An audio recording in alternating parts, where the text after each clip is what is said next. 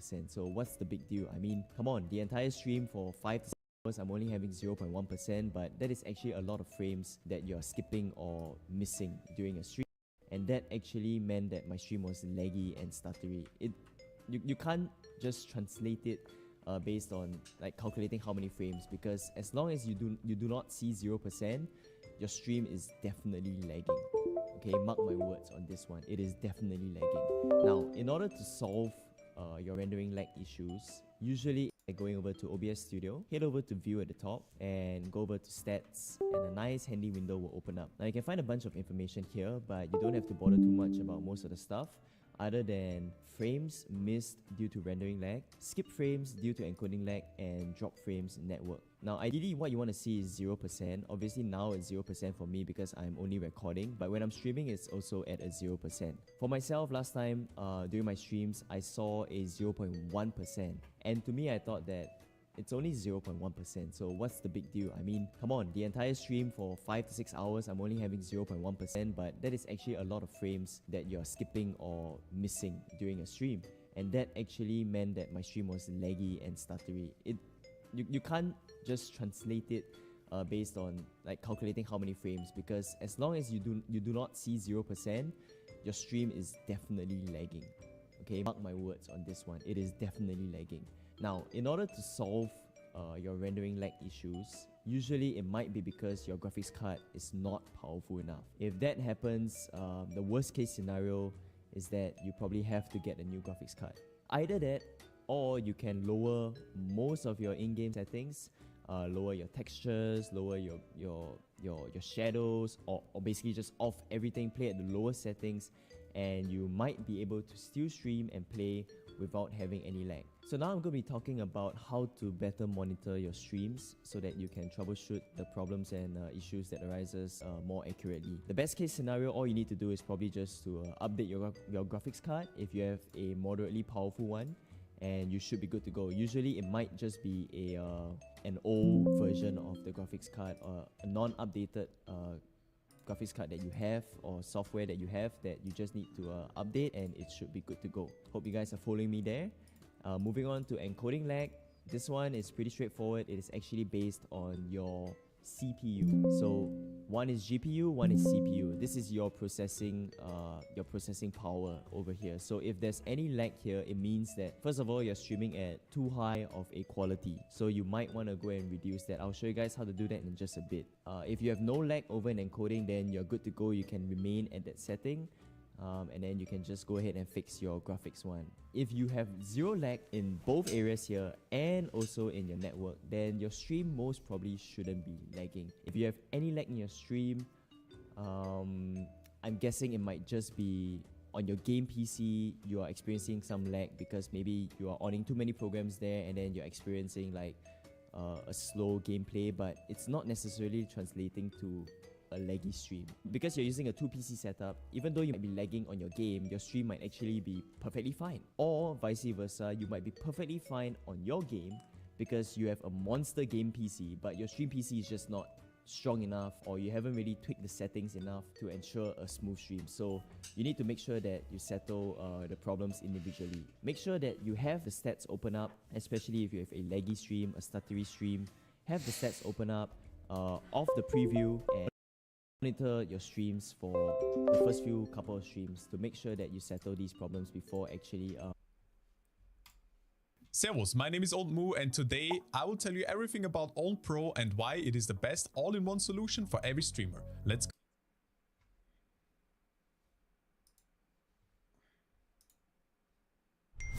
At direct deposits early with early payday. But if you got all these brand new actions that you can put for your stream deck, like I can't tell you exactly what you should have.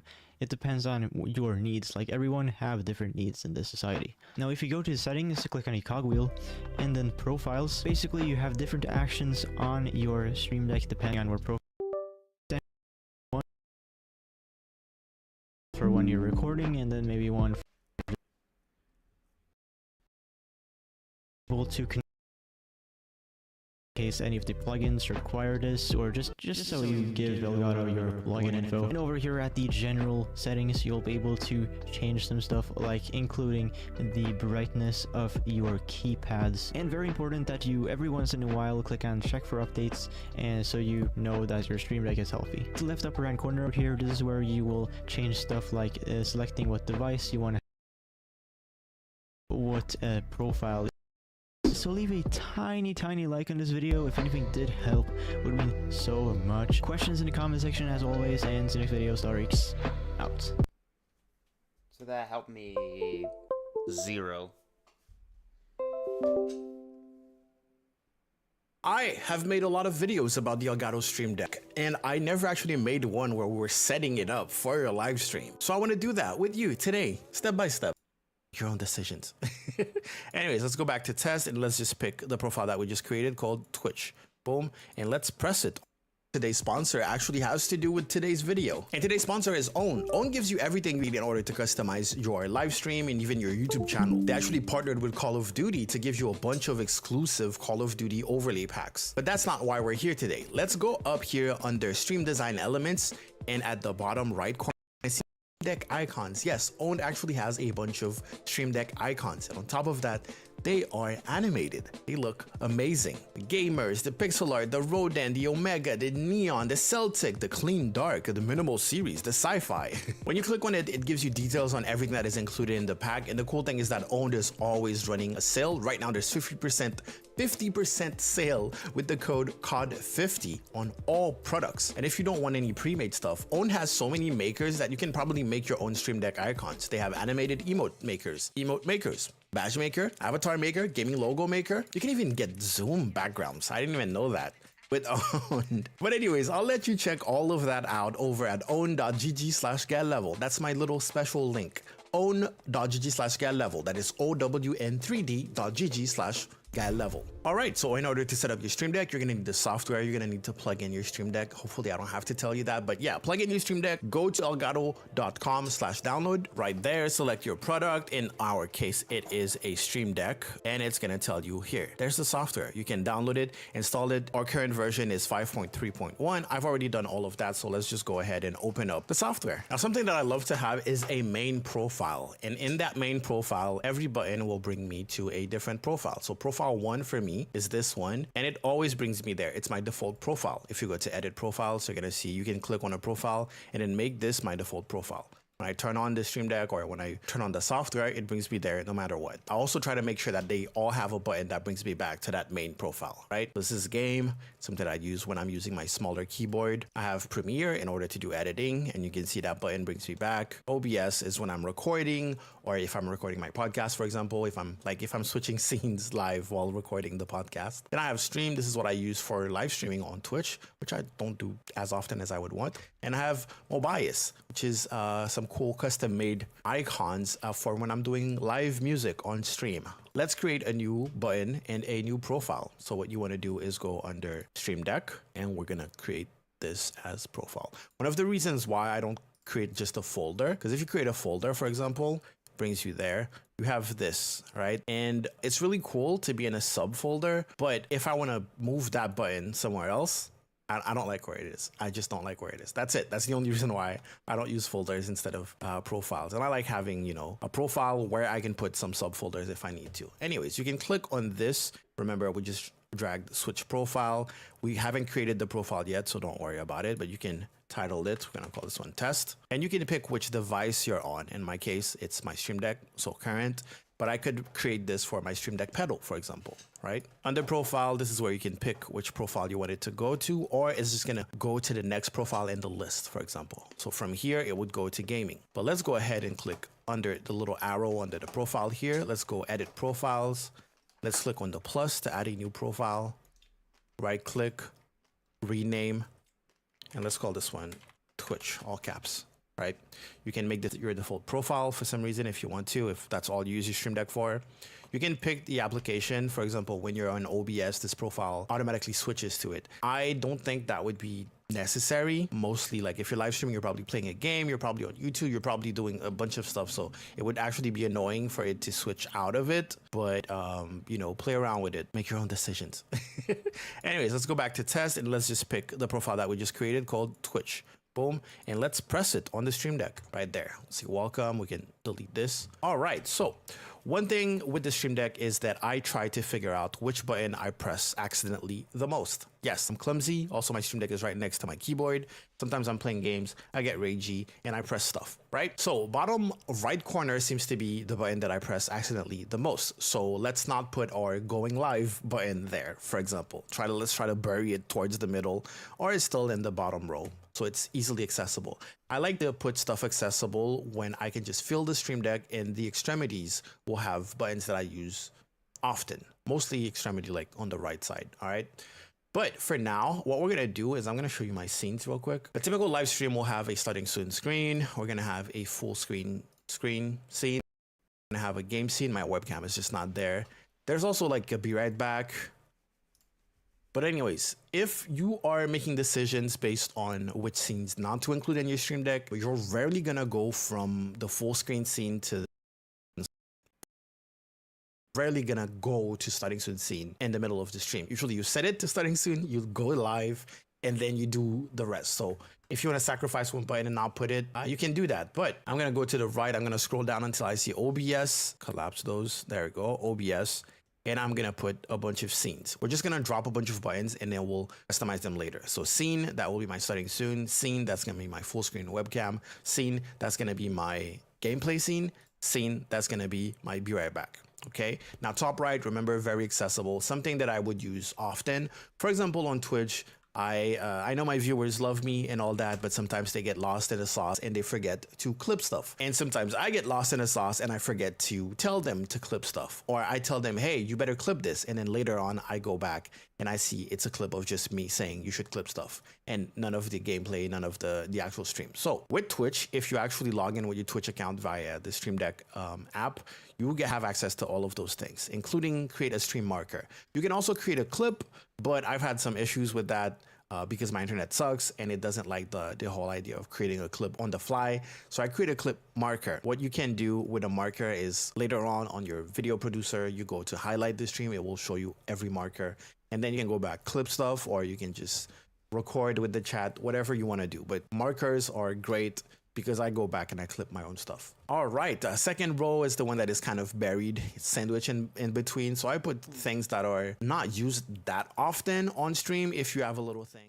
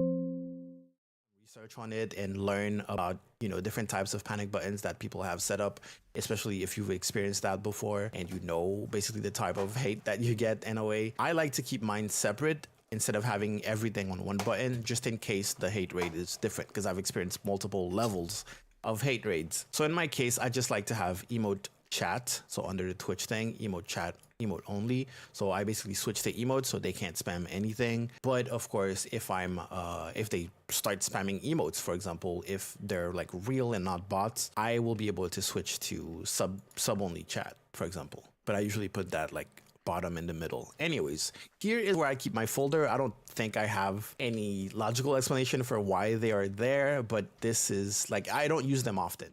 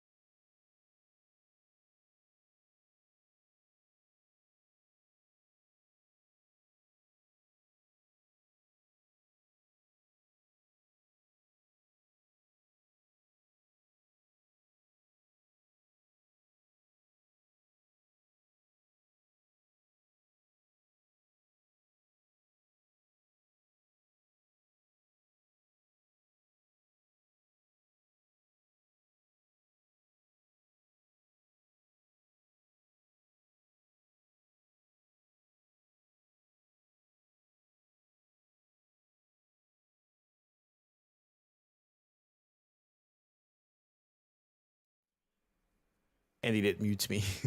There you go. Which is why in my pack, I have them, you know, on and off and stuff like that. Another button that I thought I would never use is a desktop audio, because you're like, why would you ever want to mute your desktop? Now, there are multiple ways of, you know, stopping an alert. If I have TTS on and I saw someone type something too vulgar for me and I don't want the alert to play, I don't want the TTS to play, then I can mute it, basically. If someone sent me a song and they're like, check out this song, and you don't trust, you want to check, stop, you listen to the song, you know that stream doesn't it at all, and if it's good, then you can turn it back on. A lot of things like that, a lot of things like that. But here you would go and pick desktop or whatever specific source you're using. And then, weirdly enough, this is where I keep my second panic button. This is the only mode, so that's under Twitch. I rarely use those. I really rarely use those. So, you know, I'm rarely really in a panic. I usually look down at the stream deck and I can easily figure out where they are. Boom, press it, and then all calm. Then this is where I keep my actual going live button. Now, this one will be multi-action, and we're going to talk about it a little bit. And then corner bottom right is where I put something that I want to have easy access to. Something that I like to do is zoom in and out when I'm streaming. So I have a specific scene where my camera is going to zoom in and out for comedic effect. And you can use that. But with the new OBS update, with the new OBS integration, what I'm probably going to do is add a filter, because I love to play around with filters, mostly color correction and stuff like that. All right, let's talk about multi-action buttons. Let's go into Stream Deck and let's go to multi-action switch, because you're toggling in between multi-action. So you want to press the button when you go live. Maybe you want it to open.